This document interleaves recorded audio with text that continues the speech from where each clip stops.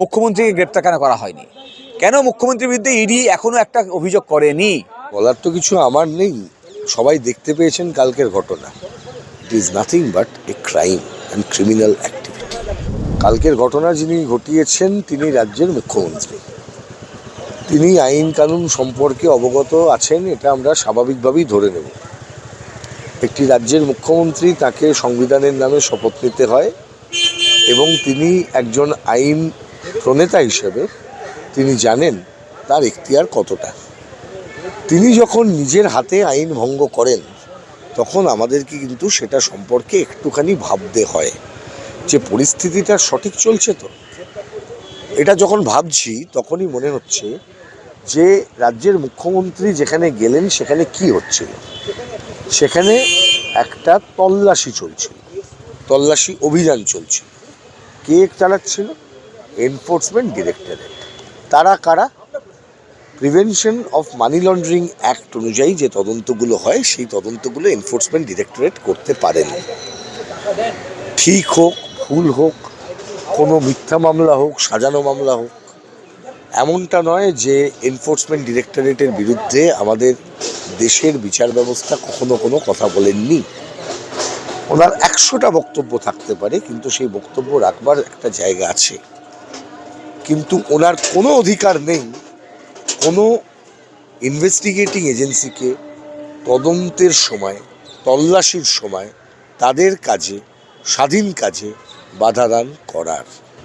যদি সেই কাজ হয়ে থাকে তাহলে মনে রাখতে হবে এটা তদন্তকারী সংস্থার স্বাধীন তদন্তের কাজে বাধা দান, এবং মনে রাখতে হবে এই কাজ যখন করা যায় it is nothing but a crime and criminal activity. তাহলে মুখ্যমন্ত্রী যেটা করলেন শাহজাহানও 1 বছর আগে ঠিক এরকমই ঘটনা ঘটেছিল। তো মুখ্যমন্ত্রী তো শাহজাহানেরই মুখ্যমন্ত্রী, অস্বীকার করে তো লাভ নেই। মুখ্যমন্ত্রী তো অনুব্রত মণ্ডলের মুখ্যমন্ত্রী, মুখ্যমন্ত্রী তো গোটা পশ্চিমবঙ্গ জুড়ে যে গুন্ডা মস্তান আইন এর বিরোধী যারা যারা প্রত্যেক মুহূর্তে অন্যায় করে চলেছেন তাদের মুখ্যমন্ত্রী। মুখ্যমন্ত্রী তো এই মেসেজই প্রথম থেকে দিয়েছিলেন। যেদিনকে মুখ্যমন্ত্রী শপথ নিয়েছিলেন তার কয়েক মাসের মধ্যেই এই ভবানীপুর থানায় গিয়ে উনি যখন ক্রিমিনাল ছাড়িয়ে এনেছিলেন তখনই তো এই বার্তা দিয়েছিলেন। বুদ্ধদেব ভট্টাচার্যকে একবার প্রশ্ন করা হয়েছিল যে আপনি কি মনে করছেন, উনি বলছিলেন যে সরকারের পক্ষে বা বিপক্ষে এটা নিরূপণের থেকেও বড় গুরুত্বপূর্ণ বিষয় যে যেদিন মুখ্যমন্ত্রী থানা থেকে ছাড়িয়ে আনলেন ক্রিমিনালদের, তারপর থেকে এটা প্রমাণিত হয়ে গেল যে রাজ্যের সরকারটা হচ্ছে ক্রিমিনাল অ্যান্টি সোশ্যালদের। যে কথাটা বারবার আমরা বলে আসছি যে তৃণমূল কংগ্রেস ক্রিমিনাল অ্যান্টি সোশ্যালদেরকে তারা ক্ষমতার ওপরে রেখেছেন, তারা তাদের দিয়ে দল চালান। ক্ষমতায় আসার আগেও মুখ্যমন্ত্রী বলেছিলেন আমি গুন্ডা কন্ট্রোল করি। এটাই হচ্ছে বাস্তব, এটাই হচ্ছে কথা। পুলিশ কমিশনার রাজীব কুমারকে গ্রেপ্তার করতে গিয়েছিল, তখনই মুখ্যমন্ত্রী রাস্তায় বসে। আমি বললাম 2014 সাল থেকেই খেলা শুরু হয়েছে। যবে মোদি এসেছিলেন ওই দোনো হাত মে দোনো লাড্ডু, এক হাত মে মোদি এক হাত মে দিদি, ডাবল ইঞ্জিন সরকার। মোদি বলে দিয়েছিলেন, মোদি জানতেন লাড্ডুর স্বাদটা কিন্তু একই হয়, দুটো হাতে দুটো লাড্ডু থাকবে একই স্বাদ। লাড্ডু হাতের উপর কোন হাতে আছে তার উপরে রাজ্যে আছে না কেন্দ্রে আছে ওটার উপর তো যায় না। তো দেখো না, মুখ্যমন্ত্রী মমতা বন্দ্যোপাধ্যায় যে রাজ্যের সরকার চালাচ্ছেন সেই সরকার আর কেন্দ্রে বিজেপি যে সরকার চালাচ্ছে এর মধ্যে কোনো নীতিগত ফারাক আছে? কোনো নীতিগত ফারাক? একটা উদাহরণ, রাজ্যের যে অসংখ্য শূন্য পদ মুখ্যমন্ত্রী মমতা বন্দ্যোপাধ্যায় তা পূরণ করানোর জন্য চেষ্টা করছেন না। অন্যদিকে কেন্দ্রের যে অসংখ্য শূন্য পদ স্বরাষ্ট্রমন্ত্রী, প্রধানমন্ত্রী তারা কোনো উদ্যোগ গ্রহণ করছেন না। 14 হলো, 16 হলো, 19 হলো, 21 হলো, এবং তারপরেও ওখান থেকে কোনো রকম শোধরানোর চেষ্টা নেই। তদন্তকারী সংস্থাগুলো তারা বারবার একই ঘটনার পুনরাবৃত্তি তারা করছেন। আমরা দেখতে চাই, পাবলিক এই বিষয়টা জানতে চায়, বুঝতে চায় যে এই খেলা কতদিন চলবে। সংবাদ মাধ্যমকে গণতন্ত্রের 4র্থ স্তম্ভ বলা হয়েছে, সেই 4র্থ স্তম্ভকে মুখ্যমন্ত্রী বলছেন বিজেপির দালাল।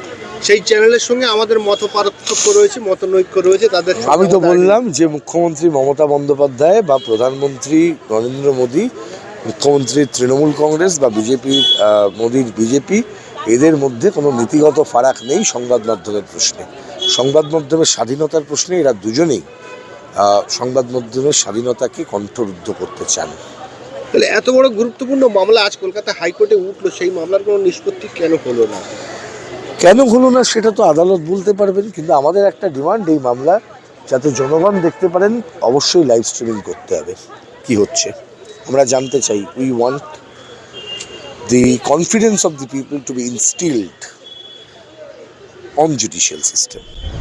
যখন উনি প্রথম ক্ষমতায় এসেছিলেন এত মানুষ সজাগ হননি তখন, মানে নতুন মুখ্যমন্ত্রী হয়েছেন, তার বিরুদ্ধে সবাই সোচ্চার হবে এটা আশা করাও যায় না। কিন্তু আমরা জানি যারা সচেতন নাগরিক যে সেই সময় 2012 সালে ভবানীপুর থানার মধ্যে ঢুকে তিনি অপরাধীদেরকে বার করে নিয়ে এসেছিলেন। আর এখন যখন এই দেশের মধ্যেকার একটি সংস্থা ইডি যখন রেড করতে গেছে আইপ্যাকের অফিসে, তখন মুখ্যমন্ত্রী নিজে যাচ্ছেন, যিনি সংবিধানের শপথ নিয়েছেন যে আইনকে রূপায়ণ করবেন, আইনের শাসন প্রতিষ্ঠা করবেন, তিনি যাচ্ছেন, আইনকে হাতে নিচ্ছেন এবং এই ল এনফোর্সমেন্ট এজেন্সির কাছ থেকে নথি ছিনিয়ে নিচ্ছেন, যা ফৌজদারি অপরাধ। প্রথমত রেড করার কাজে বাধা দেওয়া ফৌজদারি অপরাধ, তাদের কাছ থেকে তাদের নথি ছিনিয়ে নেওয়া আরেকটা ফৌজদারি অপরাধ। আপনি ভেবে দেখুন, এই যারা আমরা দাঁড়িয়ে আছি, একজন কেউ পুলিশের কাজে বাধা দিক, তাকে গ্রেপ্তার করা হয়, নথি ছিনিয়ে না তো ভুলেই যান। তাহলে মুখ্যমন্ত্রীকে গ্রেপ্তার কেন করা হয়নি? কেন মুখ্যমন্ত্রীর বিরুদ্ধে ইডি এখনো একটা অভিযোগ করেনি, ফৌজদারি অভিযোগ করেনি? তাহলে সে কথা আমরা আজকে আদালতে বলেছি আইনজীবীদের পক্ষ থেকে। আমরা যে অল ইন্ডিয়া লয়ার্স ইউনিয়নে যারা প্রতিনিধি ছিলাম, আমরা বলেছি আদালতকে যে এই যে মামলা করা হয়েছে গতকালের ঘটনার প্রেক্ষিতে, বেসিক্যালি গট আপ গেম। আমরা জনগণের প্রতিনিধি হিসেবে আমাদের দায়িত্ব, অফিসার অফ দ্য কোর্ট হিসেবে আমাদের দায়িত্ব আদালতের কাছে সঠিক তথ্য তুলে ধরা, যাতে এই যে got up game CBI, ED এবং মমতা ব্যানার্জি করার চেষ্টা করছে।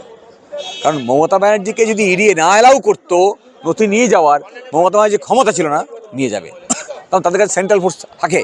দেখুন, সারা পশ্চিমবঙ্গ জুড়ে এই যে হুলিগানিজম চলছে পশ্চিমবঙ্গে, পুলিশের দ্বারা, তৃণমূলী গুন্ডাদের দ্বারা, বিজেপির গুন্ডাদের দ্বারা, তার একটা খণ্ডচিত্র যেন আজকে আদালতে দেখতে পেলাম।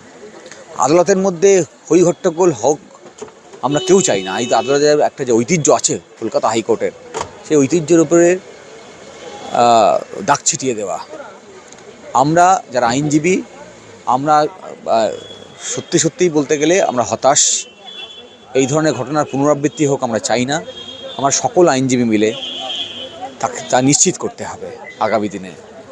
এই আদালতের যে গরিমা তাকে পুনরুদ্ধার করতে হবে। কিন্তু পশ্চিমবঙ্গ জুড়ে সাধারণ মানুষ সেই অধিকার রক্ষার লড়াইতে রাস্তায় নেমেছে। যেহেতু তার খণ্ডচিত্র আমাদের কলকাতা হাইকোর্টেও দেখতে পাচ্ছি, কারণ তাদেরই প্রতিনিধি এখানে আসছে, তার বিরুদ্ধে সবাই মিলে রুখে দাঁড়াতে হবে, আদালতের বাইরে এবং আদালতের মধ্যে। নিঃসন্দেহে গুরুত্বপূর্ণ ইস্যু, যেখানে রাজ্যের মুখ্যমন্ত্রী তিনি আইন নিজের হাতে তুলে নিচ্ছেন, তিনি অপরাধী হচ্ছেন। ফলে আমরা পশ্চিমবঙ্গবাসীর পক্ষ থেকে, আমাদের আইনজীবী সংগঠনের পক্ষ থেকে আদালতের কাছে সেই প্রশ্নই তুলে দিতে ধরেছিলাম যে যারা ইডি অফিসার যারা মুখ্যমন্ত্রীকে অ্যালাউ করলেন এই ধরনের নথি নষ্ট করার, নথি ছিনিয়ে নেওয়ার জন্যে, যারা মুখ্যমন্ত্রীকে অ্যালাউ করলেন রেডের কাজে বাধা দেওয়ার, তাদের বিরুদ্ধে তদন্ত করতে হবে।